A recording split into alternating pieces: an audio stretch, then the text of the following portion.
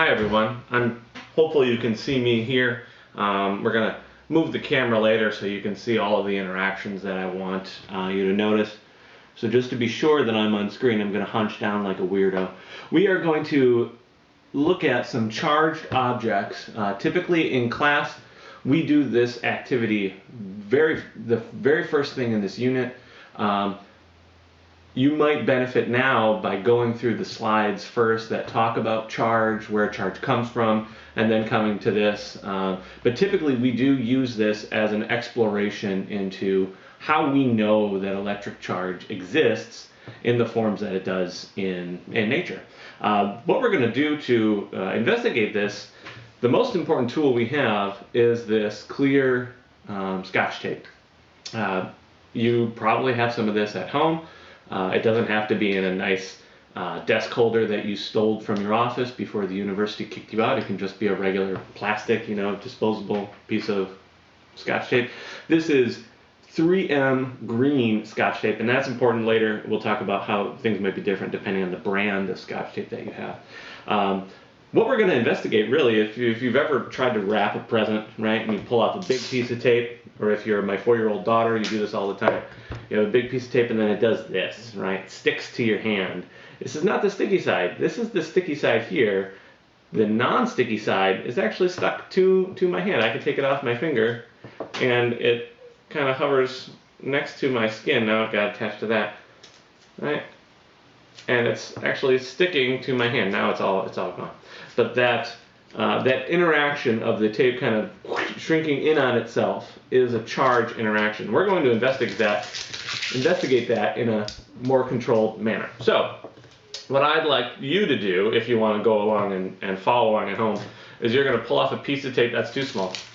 Piece of tape about 10 inches, 25 centimeters or so long. You're going to carefully pull it off, and the most important thing for you to do when you're doing this on your own is to fold over the top little bit into a little flag, right? So I folded over that top little bit here so that I have no sticky side. That makes it easy to lift up from the table when we are done. So I'm going to make sure that you can see this here. Give me a second just to do some poor camera work. I want to be sure that, okay, yep, that's in frame. So I've stuck it to my table. When we pull the tape off the roll, tape is being pulled off of other tape. So that's what we're going to do here. We're going to pull some tape off of another piece of tape, except instead of it being a roll, we have nice defined length segments. So you're going to press that down. Remember, here's the little flag. You can see this is what's going to make it easy to lift up when we're done. You're going to take off, I don't need that yet. You're going to take off another piece of tape. I use what's already on the table to determine the right length. Fold another little flag on the top so that we can grab it. And we're going to press this right on top of the tape that we already have down on the table. And press, press, press, press, press, press, press. Now when we lift this tape up, it does the exact same thing as when we pulled the tape up off of the tape dispenser. Do you need something? Just a snack. Just getting a snack for the kids. Students. All right. So, if you're doing this along with me yourself, typically we have, well here, I'm going to recreate what we normally have. Normally we have a whole room full of students, so you'd have someone next to you. So I'm going to play 2 students here. I'm going to have 2 different setups. You can get someone in your family to play along with you and explore charge together. So I'm going to make 2 of them. Again, this recreates you and your partner sitting across or next from you. Their tape and your tape. So again, I have tape on the table and tape right on top of it. So when you pull this tape up, the key is not to do it too fast or too slow, just a nice medium pace. And you can see when you bring your finger, whoa, close to it, it interacts pretty strongly with your finger. Now, normally in class you'd have someone that would do the same thing, so let's pull up their tape. And the cool thing is when we bring them together, whoa, look at that.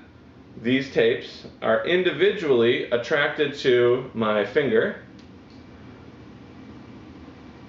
But when we bring them near each other, they are pushing apart from each other. We say that they are repelling one another. I hope that that's still in frame there. They are repelling away from one another. I'm going to make sure that you can see it. Right? They are pushing apart from one another. Well, that's really interesting. We're going to put this seems to be the really good charged one. Okay. We're going to put this aside for just a second. I'm going to adjust my camera angle really quick. Make sure we can see the tape that is suspended. There we go. And I have that beautiful paper. So hopefully you can see the interactions here. Now, I have a plastic PVC pipe, and this is actual genuine rabbit fur, a rabbit, I guess a pelt. You don't need rabbit fur. It works the best, but usually you can have some kind of felt. This is just regular old felt. You can buy it at Joann's. This is felt with a little higher of a wool content percentage. That tends to help with these interactions as well. Sometimes there's two different versions of pipe. In class I have two kinds of pipe, two kinds of fabrics. I know the rabbit fur works best, but I can't make you touch rabbit fur nowadays. Unfortunately, if this was like 15 years ago, I'd say tough. It works. I know people sometimes think it's gross, so I don't make it, but this always works. Sometimes pipe 1, pipe 2, different kinds of pipe, different kind of finishes, different kinds of fabrics. It all depends on the humidity in the air, what's going to work best.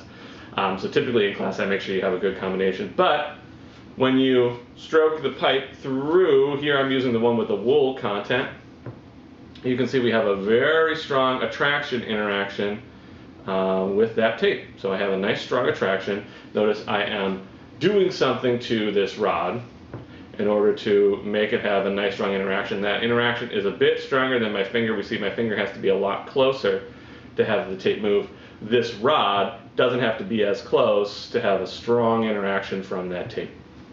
I don't know if it's going to pick up in the audio of the video, but oh, there we go. You can kind of hear that crackle. Let's get really close to the microphone.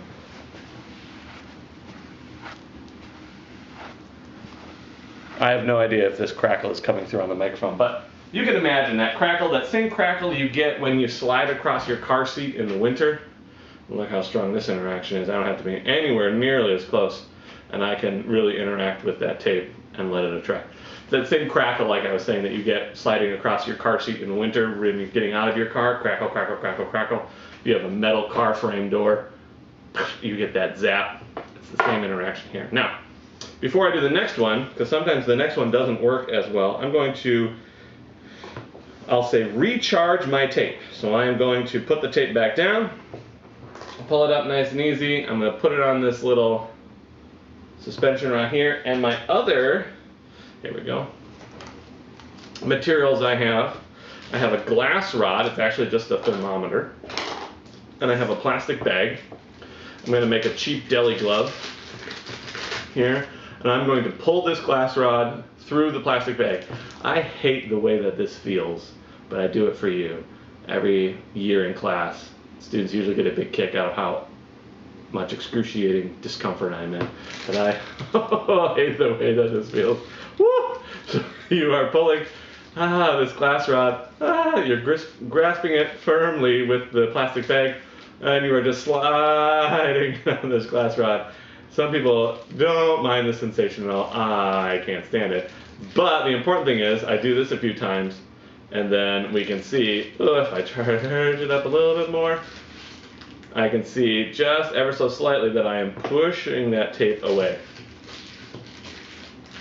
There we go. A nice interaction there. That's the opposite interaction that we get from the charged rod. Now this is hard to get to work. The air has to be very dry. I don't think we are quite dry enough today. You can see that it is not attracting, and it is in fact pulling away just that little bit. Just that last one didn't quite work. I'm getting my tape not so strongly reacting here with my charge. Let's get some new tape. This one is a little bit tricky. Typically we have about 40%, 50% of the teams in class that can see this interaction. In winter, Usually it's really easy, right? You get that really dry air from the air handling systems being on. Now that we've got spring happening, we're opening up the windows a little bit more in my house. We're getting a little more of that outside moisture in. It's not working so well. Let's see if we can do it just one more time. All right.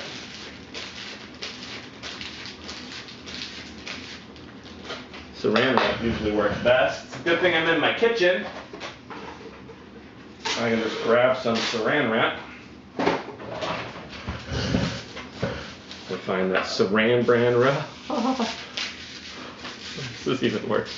Saran wrap brand clear wrap is better than cling wrap, both in your everyday life and for this experiment.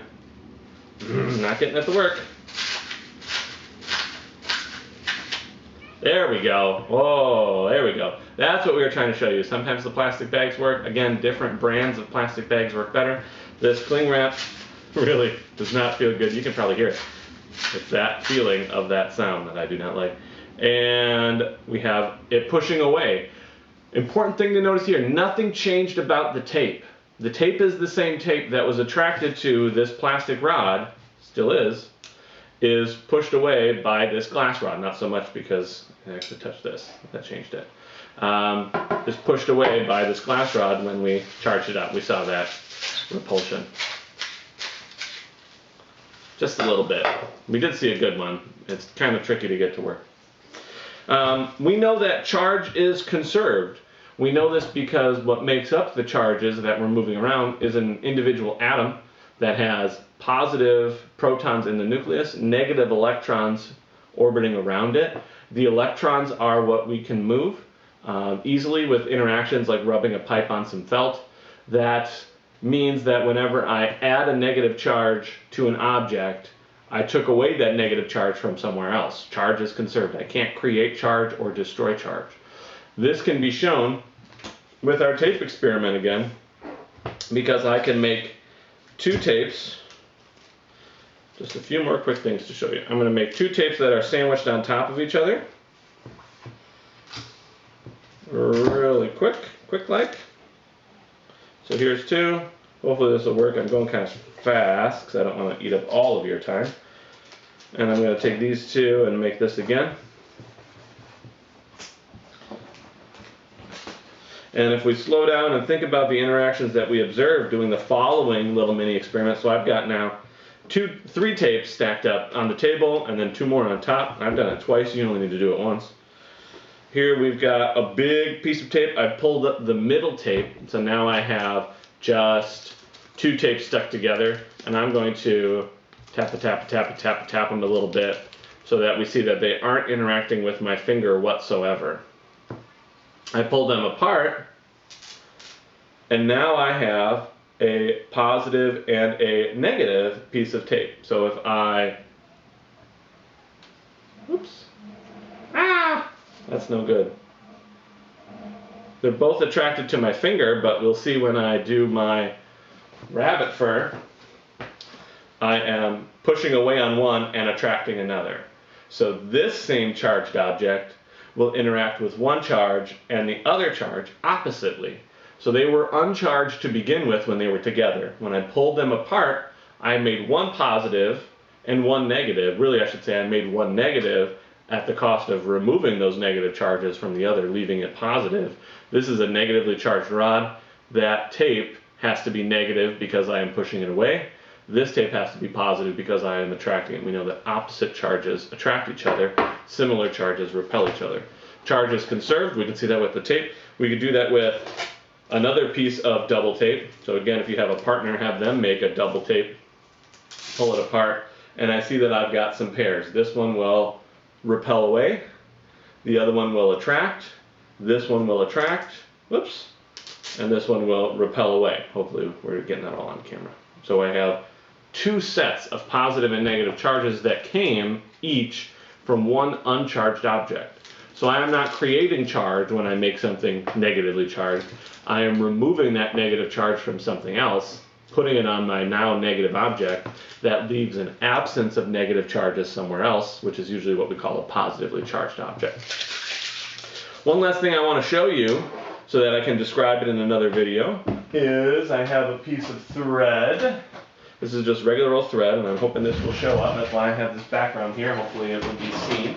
And I have a small piece of aluminum foil. Let me get that.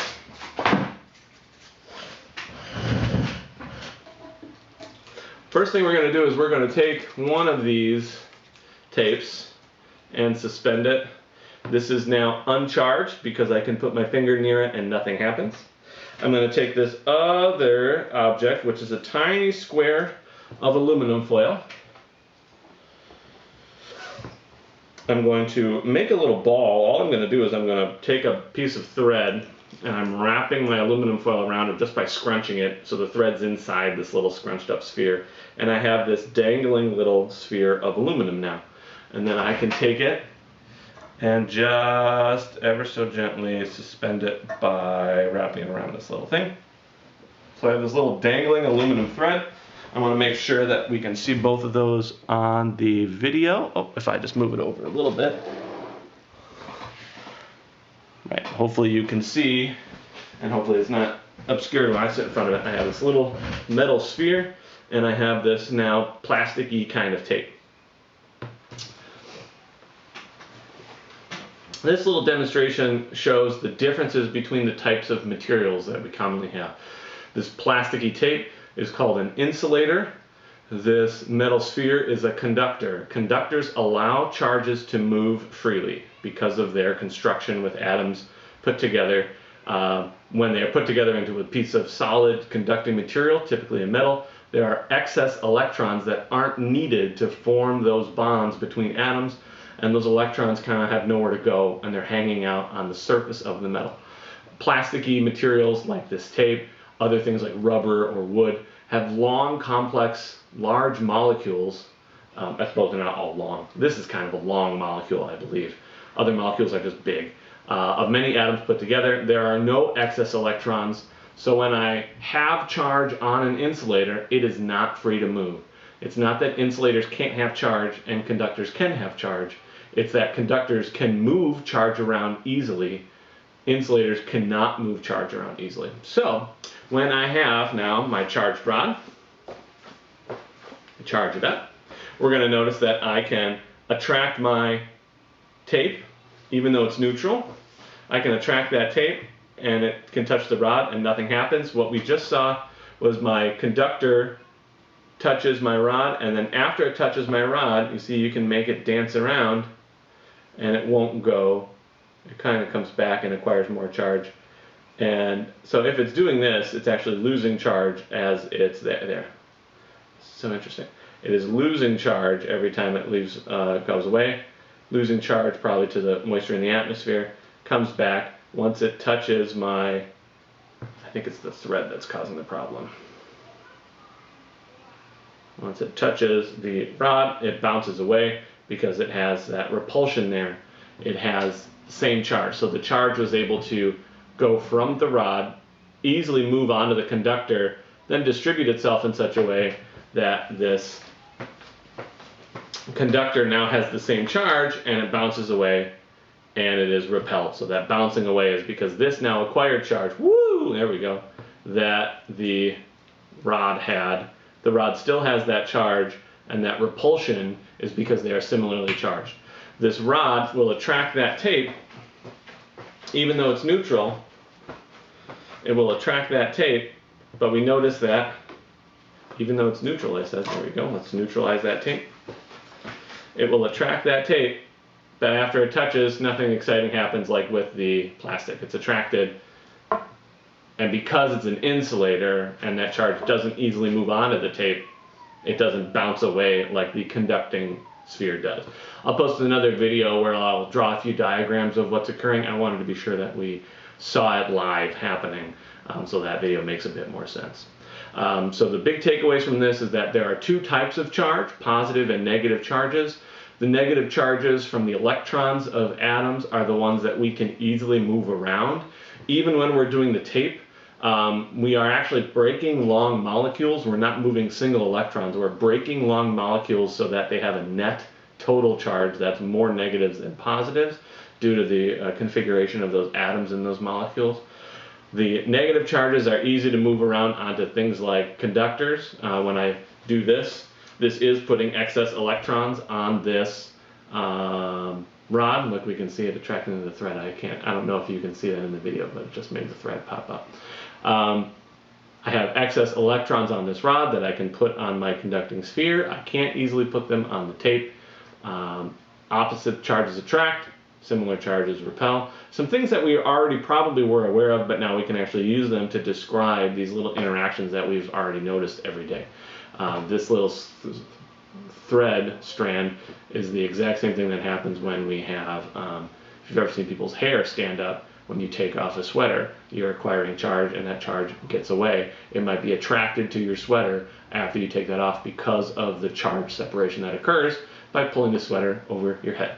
Excellent work, everyone. A few more videos about electricity to be posted. We're almost through this. You're doing great.